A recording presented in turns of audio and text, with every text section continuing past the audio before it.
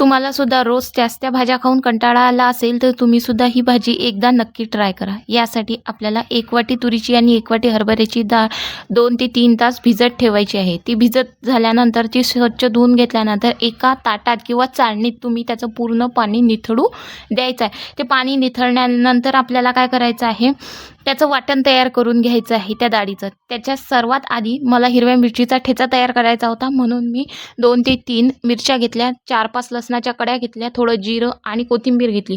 तो ठेचा जो आहे छान प्रकारे तयार करून घेतला. हे झाल्यानंतर एक पॅन ठेवलं. पॅनमध्ये तेल गरम झाल्यानंतर जिरं मोहरी तडतडू दिली. त्यानंतर कांदा लालसर ब्राऊन होईपर्यंत राहू दिला. थोडं लसूण जिरं टाकलं, ते छान होऊ दिलं आणि हिरव्या मिरचीचा जो ठेचा होता तो सुद्धा टाकला, कारण मला हिरव्या मिरचीची करायची होती. त्यानुसार चवीनुसार हळद, त्याच्यानंतर घरगुती मसाला आणि मीठ हे टाकून घेतलं आणि हे सुद्धा छान परतून घेतलं. हे परतून घेतल्यानंतर मी जे आहे त्यामध्ये तुम्हाला जेवढं लागत असेल तेवढं तुम्ही पाणी टाकायचं, कारण ते गोळेसुद्धा त्यामध्ये चांगले झाले पाहिजेत. म्हणून मला जेवढं आवश्यकता होती, जेवढं मी वाटण तयार केलं होतं तेवढंच पाणी मी टाकलेलं आहे. तुम्हीसुद्धा त्याच अंदाजाने पाणी टाकायचं. हे वाटण जे आहे हे घेतलं.